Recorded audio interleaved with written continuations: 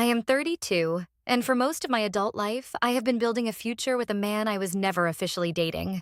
His name is Caleb. We met when we were 21. At the time, we were both broke, living far from our families and trying to get established in a city where neither of us knew many people. We became friends first, then roommates, then business partners. Eventually, we became something neither of us knew how to name. Caleb and I started a small restoration company together. At first, we repaired old furniture in our garage. Later, we rented a workshop. Then we began renovating historic homes. We worked long days, split every major expense, and made almost every important decision together. For years, people assumed we were a couple. Sometimes we corrected them. Sometimes we did not. There were periods when we slept together. There were also periods when we acted like siblings. We tried dating once in our mid-20s. It lasted less than 3 months. We argued constantly because neither of us knew how to separate work problems from relationship problems. So we agreed we were better as friends. The problem was that almost nothing changed. We still lived together. We still shared meals. We still spent holidays together. When one of us had a bad day, the other was the first person we called. If I fell asleep on the sofa, Caleb covered me with a blanket. If he worked too late, I brought him dinner. He knew when I was anxious before I said anything. I knew when he was angry by the way he set down his keys. It was intimate. It just was not official. For a long time, that arrangement felt safe. I could have closeness without risking another failed relationship. Caleb could have companionship without promising more than he was ready to give. Neither of us had to admit what the arrangement cost. 3 years ago, Caleb started dating a woman named Elise. At first, I liked her. She was practical, direct, and patient. She understood that Caleb and I worked together. She also understood that we had a long history. For the first year, the three of us got along. Then Elise learned that Caleb and I had been physically involved in the past. Caleb had not lied to her exactly.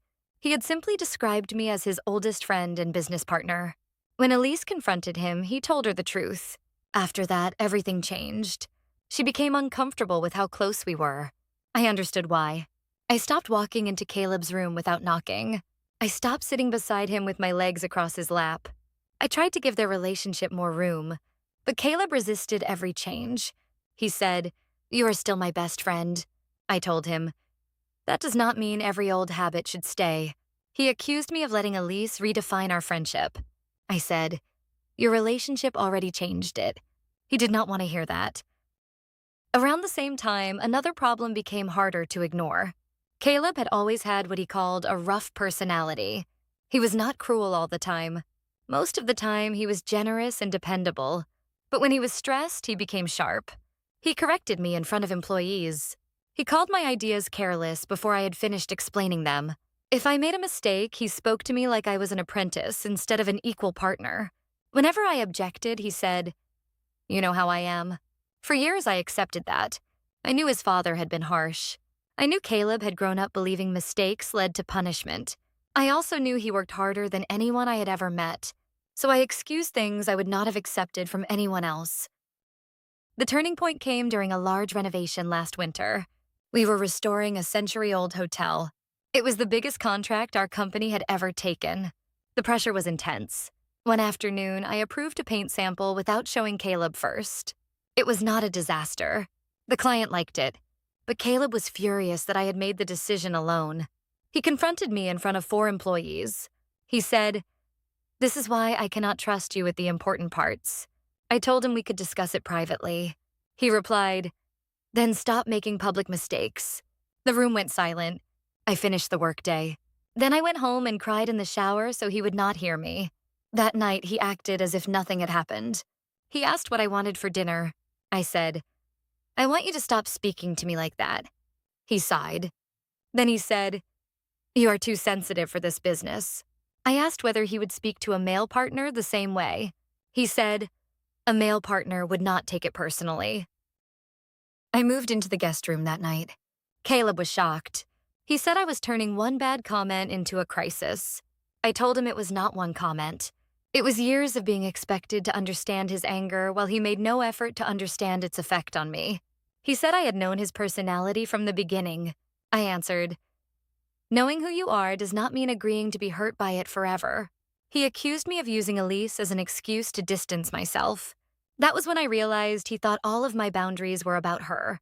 He could not see that I wanted them for myself. A week later, Caleb got drunk at a company dinner. He did not drink often, but when he did, he became unpredictable. At the end of the night, he insisted on driving. I took his keys. He grabbed my wrist and told me to stop treating him like a child. I pulled away. He immediately let go. Nothing worse happened. But I was frightened, not because he had injured me, because I had seen a version of him that made every old excuse feel dangerous. The next morning, he apologized.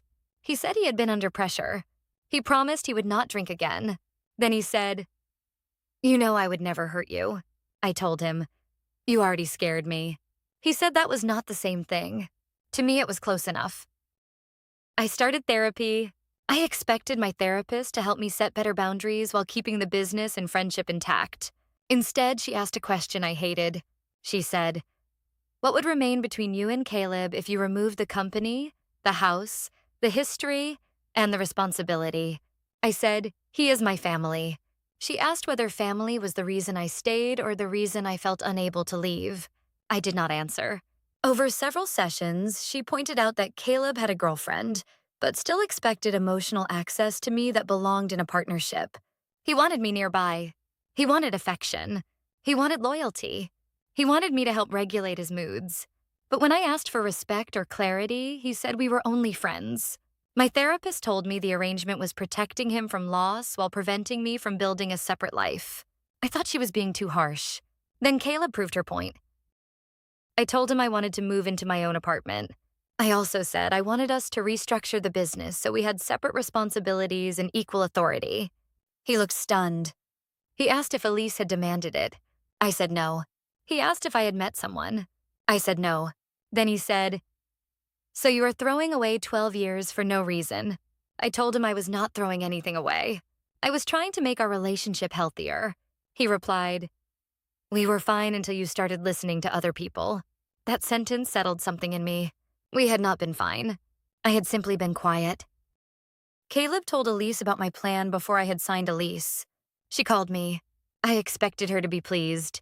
Instead, she sounded sad. She said, "I never wanted you gone." I told her I knew.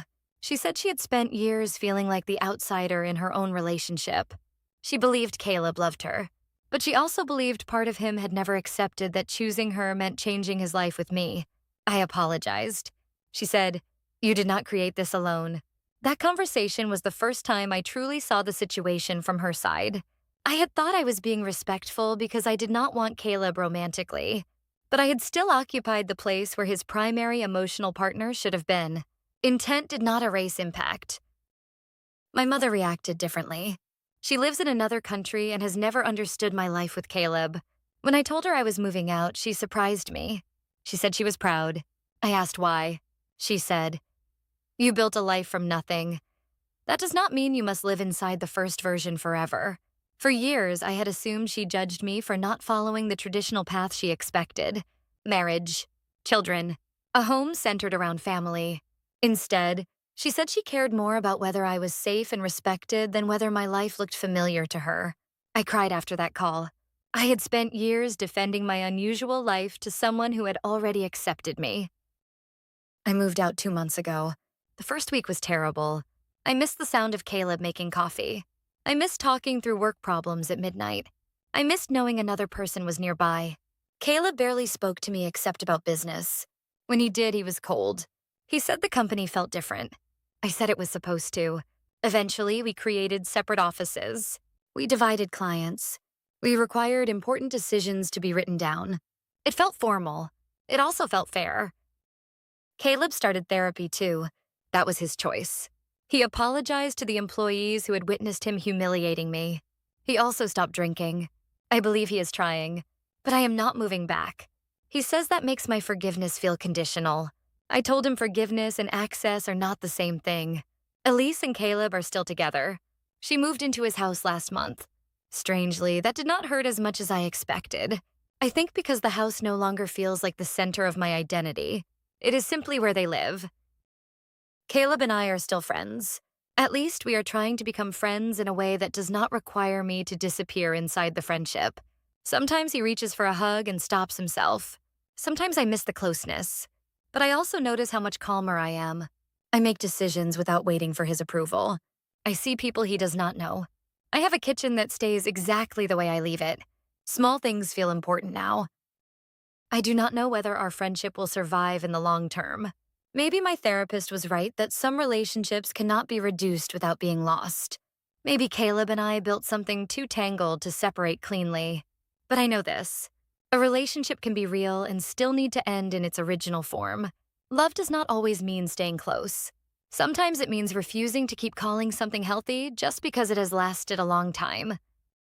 So I keep wondering whether I abandoned the person who helped me build my life, or whether leaving was the first decision that made the life truly mine.